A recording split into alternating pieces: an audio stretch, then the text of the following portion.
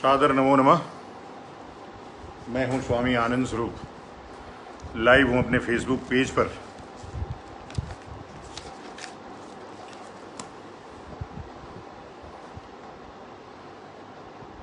शंकरं शंकराचार्यं केशवं बादरायणं सूत्रभाष्यकृतो वंदे भगवन्तौ पुनः पुनः।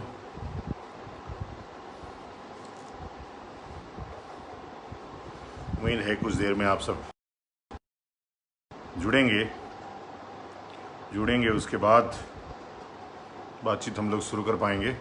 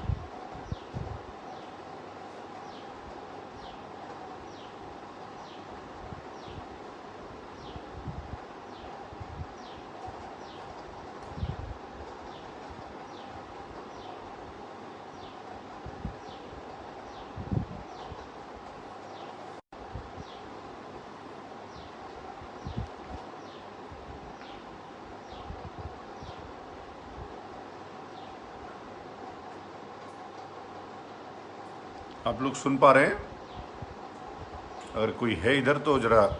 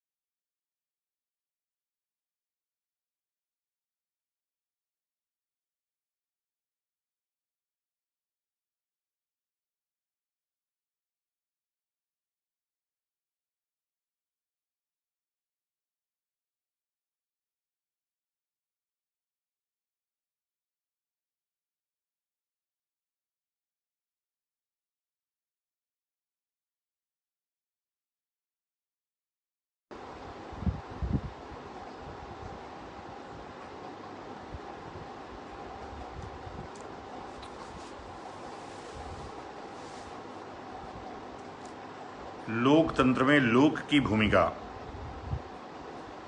अब ये विषय इसलिए उठाना पड़ रहा है कि चूंकि ये राजनीति व्यवस्था का प्रश्न है, फिर भी मुझे क्यों उठाना आप समझ लीजिए। उसके पहले जरा कुछ लोगों को आप जोड़ लीजिए, क्योंकि बात जब शुरू होगी तो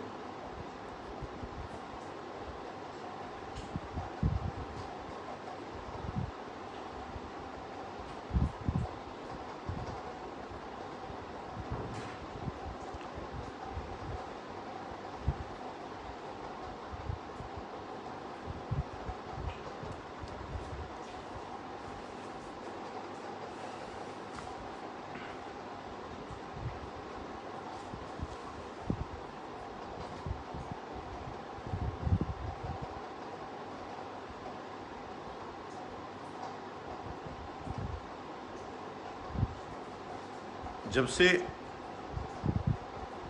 आर्यावर्त भारतवर्ष का निर्माण हुआ तब से लेकर के और आज तक जो व्यवस्था रही है, कभी राज व्यवस्था रही है, कभी लोकतंत्र कायम हुआ है। आज आप लोकतंत्र में रहते हैं, मतलब लोकतंत्र का मतलब हुआ जनता द्वारा चुने गए या जनता का इनडायरेक्ट या डायरेक्ट शासन। लोक मीन्स जनता, प्रजा। आज जिस प्रकार की व्यवस्थाएं आप देख रहे हैं किसी का कोई कमेंट नहीं आ रहा है। मैं सुन तो पा रहे हैं आप लोग ना, एक बार सुन पा रहे हैं तो जरा लिखिए। सेटिंग में गड़बड़ तो नहीं हो गया मोबाइल के?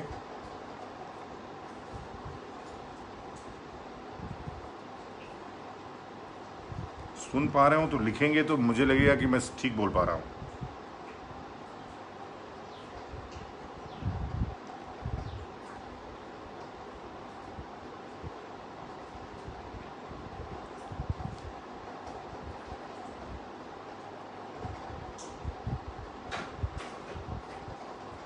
कोई लिख नहीं रहा है।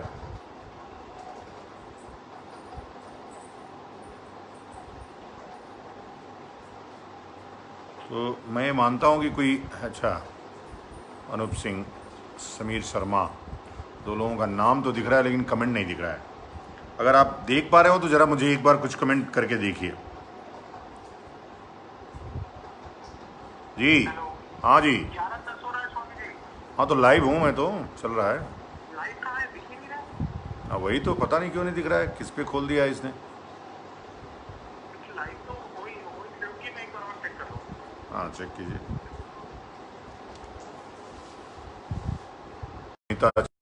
राहुल शुक्ला जी, हरिओम पांडे जी, तो मेरे ख्याल से आज संवाद भी अच्छा होगा। लेकिन आप कुछ लिखते रहे ताकि मुझे लगे कि मैं बोल रहा हूँ, यहाँ नेटवर्क थोड़ा ख़राब है और आप तक बात पहुँच रही है। तो मेरा अभी कहना है, अच्छा आवाज़ आ रही है, तब ठीक है, कि अभी जो लोकतंत्र है, मतलब आज़ादी के बाद, मैं ये नहीं कहता हूं कि अभी वाला मतलब मोदी वाला, इसके पहले भी जो लोकतंत्र है इसमें लोक गायब है और लोक को ये पता भी नहीं है कि वो कैसे गायब है। हाँ जी, बट क्या मैं स्वामी आनंद स्वरूप वाले पेज पे लाइव हूँ या किस पे लाइव हूँ? अरे चल रहा है, लोग कमेंट कर रहे हैं, क्या बात कर रहे हैं? क्यों भाई? नरेंद्र बुदलियार को नहीं दिख रहा है, जो मेरे सचिव हैं? मेरे ख्याल से कहीं से कुछ फॉल्ट है आपके मोबाइल में। आप हमारे उस पर जाइए, उस पर मिलेगा। आ रहा है। अभी आज लोकतंत्र का महोत्सव मनाना है तो आप गायब हैं, आप आइए।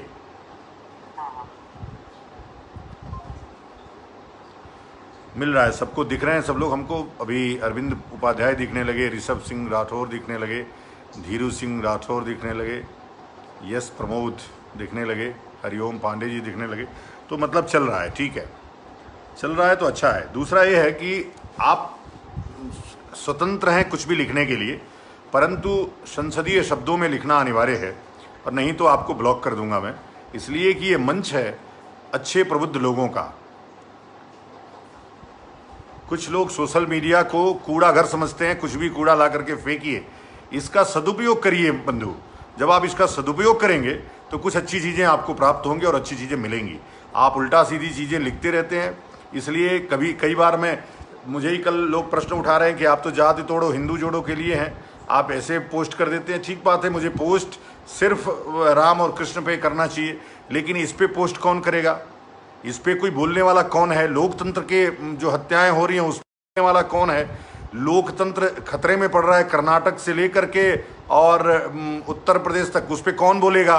तो इस नाते मुझे बोलना पड़ता है, मुझे आगे आना पड़ता है। ठीक बात है, लेकिन आचार्य की जो भूमिका है, धर्माचार्य की जो भूमिका है, हो सकता है आपको कई लोगों को ढोंगी लगता हूँ, कई लोगों को पाखंडी लगता हूँ, आपकी जात की बात नहीं करता हूँ, आपके धर्म की बात नहीं करता हूँ। हो सकता है कि आपके शब्दों में मेरे शब्द ना हो, लेकिन मेरे शब्द हैं, उसका भी सम्मान होना चाहिए, हर व्यक्ति का सम्मान होना चाहिए। मैं अगर किसी को खराब बोलता नहीं हूँ तो कोई खराब सुनने का मैं आदी भी नहीं हूँ। इसलिए मेरा धर्म है, जैसे आप उल्टा सीधा लिखते हैं मैं उसको ब्लॉक कर देता हूँ, क्योंकि मैं प्रत्युत्तर में आपके शब्दों से वो नहीं कर सकता हूँ। आप तो चूंकि बधुआ मजदूर हैं, गुलाम हैं, आप कुछ भी लिखेंगे जो आपको अच्छा लगेगा, जो उनको अच्छा लगेगा। अब एक व्यक्ति ने बोला कि भाई राजपूत आज भी ब्राह्मणों का बहुत सम्मान करते हैं, और आपने मैंने विकास दुबे का समर्थन किसी भी एंगल से नहीं। उसको इतने टुकड़े करना चाहिए कि वो कभी मतलब दिखे भी ना। लेकिन जो प्रक्रिया है, न्यायिक प्रक्रिया है। आप लोकतंत्र की बात करते हैं, लोकतंत्र जी, अभिषेक कृष्ण दुबे हमारे भारतीय जनता पार्टी के प्रदेश उपाध्यक्ष हैं, उनको आपत्ति है कि विकास दुबे कर मार करके ब्रह्म हत्या लगी। बंधु, शास्त्र आत्मा की बात करता है, मैं उसी आत्मा की बात में ब्रह्म हत्या बोला था। और ब्रह्म हत्या रावण के वध के बाद राम को लगा था। इसलिए मैं जो राजा रहेगा उसको जरूर कहता। दूसरा, किसी को घेर करके अन्यायपूर्ण तरीके से मार देना, अगर विकास दुबे ने किसी को क्रूर हत्या किया, उसकी भी क्रूर हत्या आप भी करिए, तो फिर आप राज व्यवस्था की बात, आप न्याय व्यवस्था की बात क्यों करते हैं? ताला लगाइए न्यायालय पे। और अभिषेक कृष्ण दुबे जी, अच्छी बात है कि आपको बुरा लगा, बुरा लगना भी नहीं चाहिए, लगना भी चाहिए। मैं इसीलिए उस बात को लिखा था कि आपकी सोच कहाँ तक जाती है। मेरी सोच इसमें गई, आत्मा वो रावण में हो या राम में हो, सब में पवित्र है, पुण्य है। वो कहना, चूंकि आत्मा अजर है, अमर है, और वो पुण्य आत्मा है, वो शरीर धारण करती है।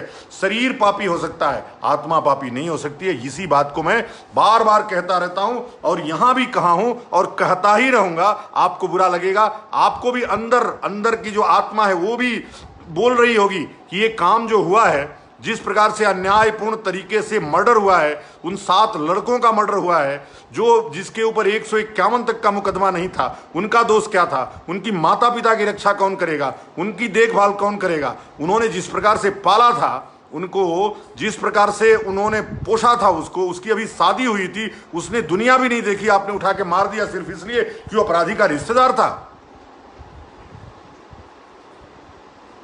बस मेरा इस पे आपकी आपत्ति थी, तो मैं उस आपत्ति पे जवाब दे रहा हूं। मुझे भी खराब लगा। मैं विकास दुबे जैसे हत्यारों के लिए कोई स्थान, कोई सर्वोच्चता नहीं है। लेकिन अगर जात के नाम पर देख करके किसी को, चमार को देख करके हम मार देंगे, राजपूत को देख के मार देंगे, ब्राह्मण भी राजपूत को मारेगा, तो मैं भी तब भी विरोध करूंगा। लेकिन ब्राह्मण समझ करके अगर किसी को मारा जाएगा, तो ये बात जरूर कही जाएगी, एक से एक हत्यारे हैं अभिषेक जी, नर पिशाच होगा जो भी होगा।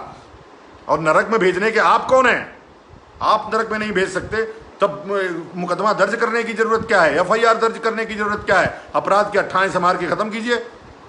आपने कसाब को क्यों पाला? क्यों बिरयानी खिलाई आपने? अफजल को क्यों बिरयानी खिलाई आपने? इसलिए कि न्याय व्यवस्था में देश की प्रजा का विश्वास जग सके और वह न्याय में विश्वास कर सके। आप कहते हैं आप सत्ता पक्ष के व्यक्ति हैं कि न्याय में आपका भरोसा नहीं है, शर्म की बात है, बहुत बड़े शर्म की बात है। और जिस प्रकार से ये काम हुआ है वह निंदनीय है। विकास दुबे के साथ कोई भी छोटी भी नरमी मुझे बर्दाश्त नहीं है। उसको फांसी होनी चाहिए और जितना जघन्यतम उसको दंड मिलना चाहिए। लेकिन दंड प्रक्रिया के तहत उसको लाने से बहुत सारे पोल खुलते, बहुत सारे लोग बेनकाब होते, वो रह गया।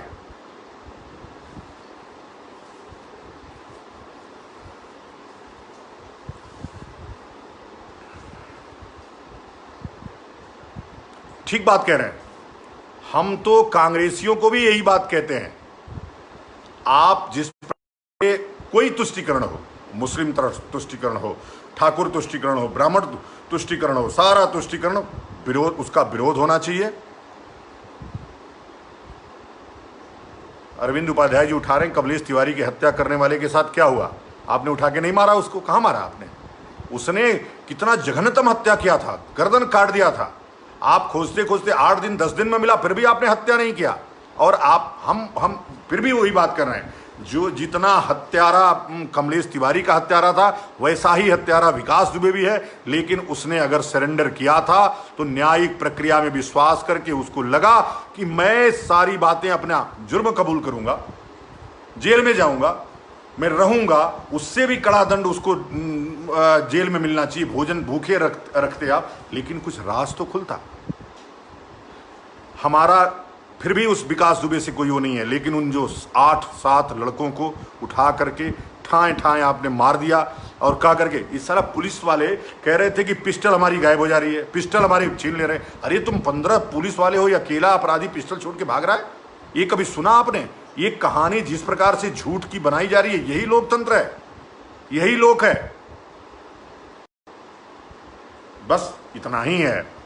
और मैं किसी तरह से इस बात का समर्थक नहीं हूं, योगी जी ने क्या किया, फलाने ने क्या किया। पुलिस के ऊपर मेरा सीधा प्रश्न था कि इस तरह से निरंकुश यदि पुलिस हो जाएगी तो किसी दिन भी किसी शरीफ आदमी को उठाएगी, बोलेगी पिस्टल छोड़ के भाग रहा था, मार देगी ठाए से। जिसके ऊपर थोड़ा उसको गुस्सा आया उठा के मार देगा, बोले पिस्टल लेके भाग रहा था मेरा। तो ये जो पिस्टल लेके भागने की घटनाएं हुई हैं इस बीच में, उस पे मेरी आपत्ति थी। मेरी आपत्ति किसी राजपूत पे, किसी भूमिहार पे, किसी ब्राह्मण पे, किसी दलित पे, किसी मुस्लिम पे। इसलिए मेरी बातों को मैं बिल्कुल हिंदूवादी व्यक्ति हूं, ये खुलेआम आपसे कह रहा हूं। मेरे लिए जितने राजपूत महत्वपूर्ण है उतने ही ब्राह्मण महत्वपूर्ण है। जो भी व्यक्ति जाति के लिए आगे आकर के कि ये चमार है, इसके साथ शोषण होना चाहिए, जो भी कहेगा कि ब्राह्मण है इसको गोली मार देना चाहिए, विरोधी हूं, उसका विरोधी रहूंगा। आपको लगता है कि मैं फिर भी जातिवादी हूं तो आपको नमस्कार है, आप जा सकते हैं मेरे जीवन से, मेरे पेज से। नहीं चाहिए हमको ऐसी फॉलोइंग, नहीं चाहिए ऐसे लोग।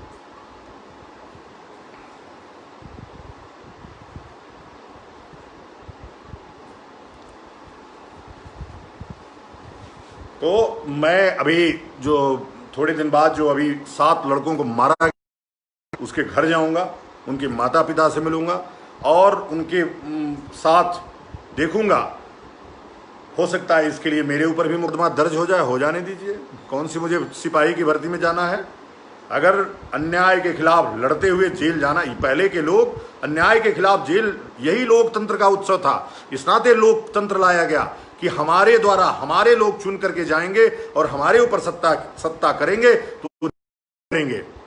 अन्यायियों के शासन के लिए हमने लोकतंत्र का महोत्सव नहीं है। लोकतंत्र के लिए हमारे जो शहीद हुए, हमारे पूर्वज जो शहीद हुए, वो इसके लिए नहीं हुए कि वो जो अंग्रेजों का पुलिसिया राज था वो कायम रहेगा, अंग्रेजों का जो शोषण वाला राज था वो जारी रहेगा। इसके लिए नहीं हमने लोकतंत्र लाया। नहीं तो सृष्टि को आए लाखों वर्ष हो गए, हम राजतंत्र में भरोसा करते थे। हम लोकतंत्र इसीलिए ले आए कि हमको न्याय मिल सकेगा। परिस्थितियां बदलती गईं, देश काल बदलता रहा, राजा बदलते रहे, उनके आचरण बदलते रहे। इस नाते हम राजतंत्र को समाप्त करके लोकतंत्र ले आए कि शोषण और कम होगा, समानता का अधिकार होगा। लेकिन वही पुलिस वाला निकलता है, आपके रोंगटे खड़े हो जाते हैं। इसलिए जितना आप डाकू से नहीं डरते उससे ज्यादा पुलिस से डरते हैं। ये सही है कि नहीं सही है बताइए? एक पुलिस वाला क्या कह सकता है इस पुलिसिया राज में कि मैं ईमानदारी पूर्वक अपना काम करता हूं? होगा कोई 1%, पर 99.9% पुलिस वाले भ्रष्ट हैं। आपको भी जब तक पुलिस को घूस आप नहीं देते हैं तब तक आपका काम नहीं होता। कुछ लोग कहते हैं कि पुलिस नहीं रहेगी तो आप सुरक्षित कैसे रहेंगे? संस्कार से, धर्म से। हो सकता है कि 1 पीढ़ी लगे, हो सकता है कि 2 पीढ़ी लगे, लेकिन ये रिफॉर्म होना ही चाहिए। आप समझिए, अभी एसआईटी की जांच बैठ गई है। एसआईटी में कौन कौन है? डीआईजी है, प्रमुख सचिव है। ये सब वही लोग हैं जो शासन के लोग हैं। ये शासन के खिलाफ क्या जांच करेंगे? भोजपुरी में एक कहावत कहते हैं कि चामे का जूता आ कुकुर रखवाल। तो जो चमड़े का जूता है और कुत्ते का रखवाली करोगे तो कहाँ रखवाली करेगा? वही हालत है इनकी। खुद ही जुर्म करो और खुद ही जांच करो और फिर एफआईआर लगा दो कि नहीं ये तो घटना हुई थी।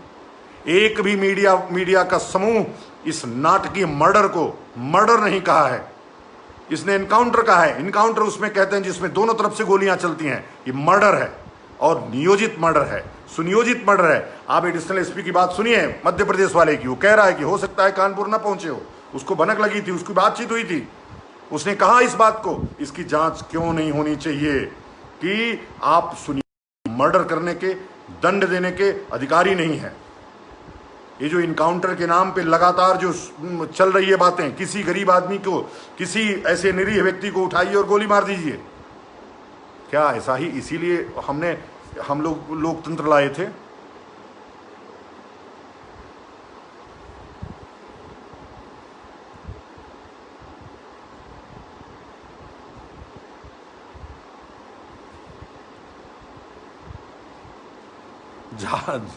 तिवारी अनुपम लिख रहे हैं कि जात पात कोरोना की देन है। अच्छा, चलिए अच्छी बात है, कोरोना समाप्त होगा और जात पात खत्म हो जाएगा। ये तो अच्छा आपने बता दिया हम लोगों को। ये जात पात के एंगल से मत देखो बाबू, इसको क्यों जात पात के उसमें ला रहे हैं? ये जात, ये मानसिकता है, सामंतवाद है। वो सामंतवाद आपके मुंह से, आपके दिमाग से जा ही नहीं रहा है कि आप जिसको चाहिए उठा के मार दीजिए। ये जब तक जाएगा नहीं तब तक आपको स्वयं देखिए ना, कितने लोग उसकी, वो बड़ा अच्छा हुआ उठा के मार दिया।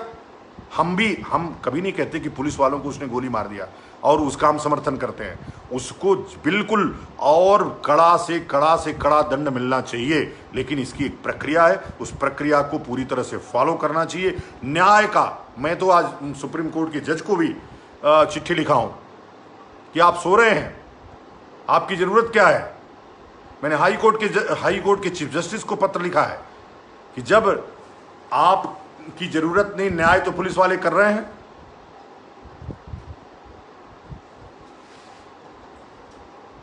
तो मैं आज ये जो लोक की भूमिका है, लोक का दिमाग है, पार्टियों की गुलामी है, उस गुलामी से निकल करके राष्ट्र धर्म के व्यापक संदर्भ में सोचिए।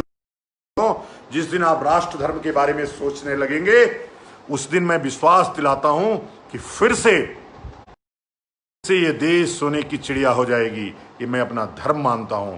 गाली सुन सुन करके भी जातिवाद को इस देश से नष्ट नाबूद कर दूंगा, ये विश्वास दिलाता हूं आपको। हो सकता है कि मेरी पीढ़ी ना कर पाए, अगली पीढ़ी, उसके अगली पीढ़ी, लेकिन जो बीज में बोया हूं यह निश्चित रूप से एक दिन वृक्ष बनेगा। और जो हमारे ऋषियों महर्षियों ने जो सपना देखा था, वैसा भारत बनाने की नींव पड़ चुकी है। ये जो शब्द हमारे निकल रहे थे, ये जो पोस्ट हमारा हो रहा था, यह जातिवादी पोस्ट नहीं था।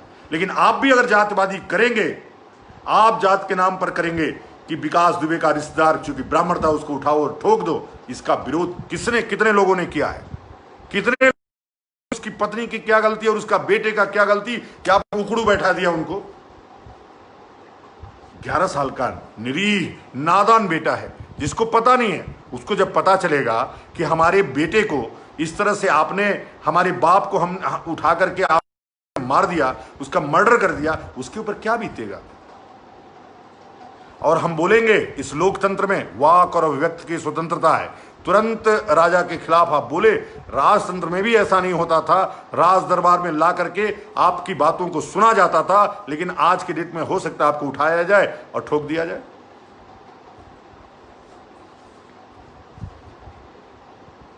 तो ठोक देने से मुझे कुछ डरने की जरूरत नहीं है।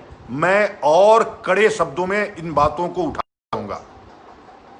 हो सकता है कल प्रदीप सिंह की हत्या हो जाए, तब भी मैं ही प्रश्न उठाऊंगा। हो सकता है कि तब ब्राह्मण खुश हो जाएं। आज जिस प्रकार से नंगी खुशी दिखाई जा रही है, एक विशेष को खुश करने के लिए आप कुछ भी करेंगे। आप किस लोकतंत्र की चर्चा कर रहे हैं मित्र? लोकतंत्र वही है जिसमें लोक का पावर हो, और लोक ही न्याय करने वाला, न्यायाधीश हमसे ऊपर नहीं है। हमारे ज्ञान प्रकाश जी पूछ रहे हैं जातिवाद कैसे खत्म करेंगे। जातिवाद ऐसे खत्म करेंगे कि पहले उसको बताएं जाति जैसी कोई चीज है नहीं। धीरे धीरे समय लगेगा। ये बात आपको बहुत अच्छी नहीं लग रही होगी कि खत्म होगा, लेकिन खत्म होगा।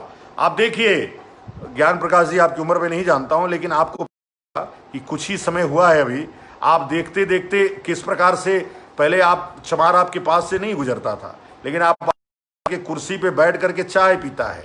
इस तरह से जाति तोड़ेंगे, ऐसे ही धीरे धीरे टूटेगा। हम उसको साथ लेकर चलेंगे। जिसके साथ भी अन्याय होगा, और संविधान की बात, और सिर्फ अन्याय करने की एक किताब है। मैं उसको लगातार इस बात को कह रहा हूं। अब देखिए, जिस देश में योग्यता का कोई सम्मान नहीं होता हो, जाति देख करके नौकरी मिल जाती हो, उस संविधान की बात, उस लोकतंत्र की बात कैसे की जाए? किसी की हिम्मत नहीं हो रही है कि ठाकुर साहब को 60 नंबर मिला और वो कुछ नहीं बने। लेकिन एक जो हरिजन, मैं जात तोड़ने की बात में आ रहा हूं, हरिजन जी को 10 नंबर मिला, वो डॉक्टर बन गए। अब वो डॉक्टर बनेंगे तो कैंची कैसे चलाएंगे? पेट पे छोड़ देंगे। तो हम चाहते हैं कि इस बात को हरिजन ही उठाए, चमार ही उठाए, डोम ही उठाए कि जो योग्य है, कम से कम इन प्रोफेशनल चीजों में, नौकरी में, वहां आपको आरक्षण नहीं मिलना चाहिए। आर्थिक आरक्षण भी योग्यता में नहीं मिलना चाहिए। आर्थिक आरक्षण आवास के लिए मिलना चाहिए, भोजन के लिए मिलना चाहिए, सरकारी सुविधाओं के लिए मिलना चाहिए, इसके लिए नहीं मिलना चाहिए। ज्ञान प्रकाश जी ने अपनी उम्र बताया 40 साल, तो आपने देखा होगा ये समाज बदलते हुए आप देख रहे होंगे ज्ञान प्रकाश जी।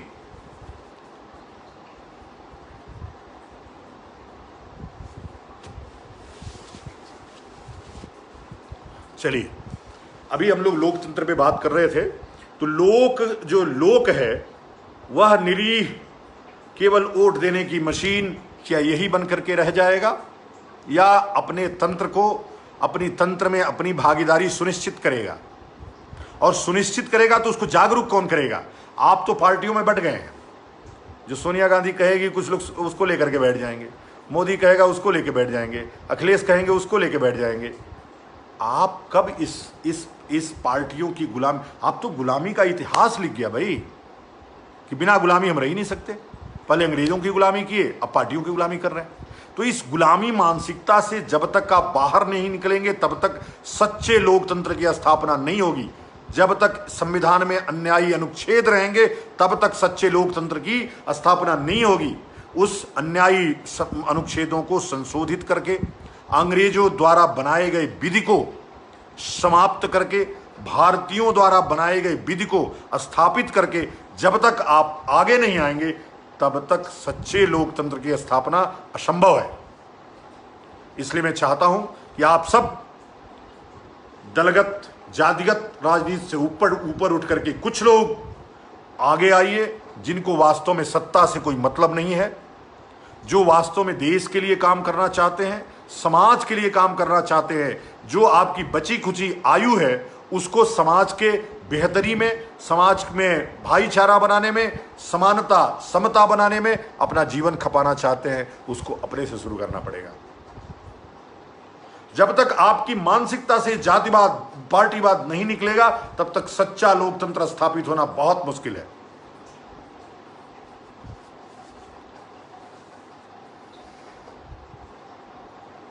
सुरेश पाल जी कह रहे हैं जिसकी मेरिट नहीं हो पेमेंट सीट से डॉक्टर बन रहा है। यही है, जातिवाद की जड़ नेता हैं। दिल्ली दंगे में शामिल सफूरा अजगर ताहिर को जमानत दी जाती है और दुबे का एनकाउंटर कर दिया जाता है।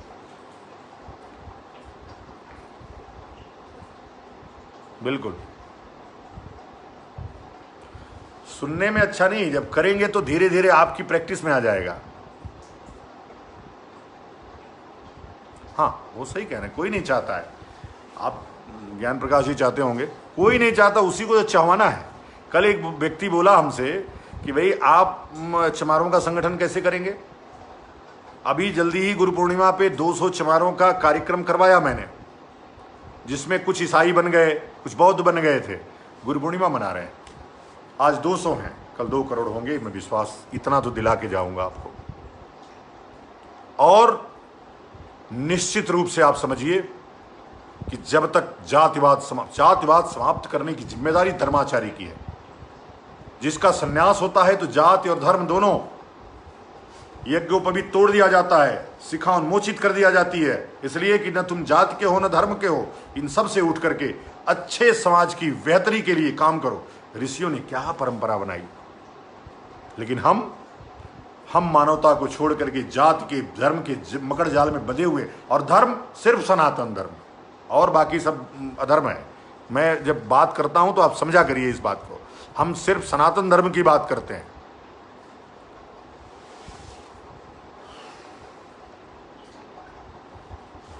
मेरे ख्याल से जो लोकतंत्र है आज, उसकी बेहतरी के लिए सबसे बड़ी जो तैयारी है वो यही है कि जातिवाद को कैसे समाप्त किया जाए, धर्मवाद को कैसे समाप्त किया जाए। एक उस पे टाट पे बैठ करके समाज की बेहतरी के लिए, समता युक्त समाज बनाने के लिए और क्या किया जा सकता है, बस अब उसी पे बात चलेगी। लोकतंत्र बेहतर होगा। आप दलगत राजनीति से ऊपर उठ करके व्यक्ति को, अच्छे प्रत्याशी को जब चुनना शुरू करेंगे, वो जब आपके लिए काम करेगा तो निश्चित रूप से बेहतर समाज बनाएगा, और जब बेहतर समाज होगा तो बेहतर राष्ट्र होगा, और राष्ट्र जब बेहतर होगा तो वही विश्वगुरु होगा। हम जब विश्वगुरु होने की बात करते हैं कि भारत कभी सोने की चिड़िया रहा, कभी विश्वगुरु रहा, तो जब हम ये बात करते हैं तो मतलब ये है कि उस समय का जो समाज था ये जो आज जो भाई भतीजावाद चल रहा है, ऊंच नीच चल रहा है, इससे बिल्कुल इतर था और समतायुक्त समाज था। आप देखिए ना, वाल्मीकि ऋषि हुए,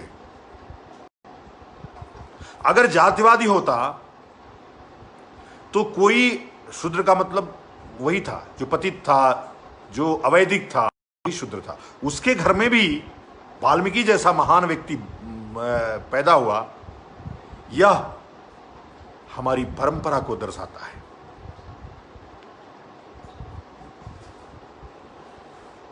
अब सबसे आलोक सिंह कुंवर पूछ रहे हैं कि लोकतंत्र में लोक सेवक होनी चाहिए।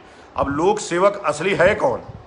ये तो सब व्यापारी हैं, सब लुच्चे लफंगे और डकैत हैं। ये कौन से लोक सेवक? इनके मन में लोक सेवक की परिभाषा भी नहीं पता है। वो जाके विधायक और सांसद बन, और ये आज़ादी के बाद ही शुरू हुआ है। पहले जो हमारे आज़ादी के दीवाने थे या जो हमारे नेता थे, उनको नेता कहने में, उनको लीडर कहने में, आज तो स्वार्थी, अपने परिवार के लिए जीने वाले, अपने पुत्र के लिए। आज कोई भी विधायक सबसे पहला टिकट अपने कार्यकर्ता के लिए नहीं मांगता है, वह अपने बेटे के लिए मांगता है, अपनी पत्नी के लिए मांगता है। फिर भी आप उसकी पहले उसकी गुलामी करते थे, फिर उसकी पत्नी की गुलामी करने लगे, फिर उसकी बेटे की गुलामी करने लगे। तो आपको तो गुलाम बनाता जा रहा है। आपको कभी नेता, मैं लगातार इस बात को कह रहा हूं कि जब आप अभिनेताओं के बच्चों की फिल्में देखते रहेंगे, जब तक आप नेताओं के बेटों को चुनते रहेंगे,